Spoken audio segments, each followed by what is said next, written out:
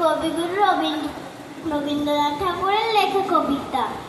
অল্পেতে খুশি হবে দামোদর শেঠ কি, মুরগির মোয়া চাই চাই ভাজা ভেটকি, আনবে কটকি জুতো মটকিতে কি এনো, জলপাইগুড়ি থেকে এনো কই দিওনো, চাল নিতে পাওয়া যাবে বোয়ালের পেটকি, চিনি বাজারে থেকে এনো তো গরম চা, কাকড়ার ডিম চাই চাই যে গরম চা, না হয় খরচা হবে মাথা হবে হেঁটকি, মনে রেখো বড় মাপে করা চাই আয়োজন, কলে বল খাটো নয় 3 মন প্রয়োজন, খোঁজ নিয়ে ঝরিয়াতে জিলিপির রেট কি।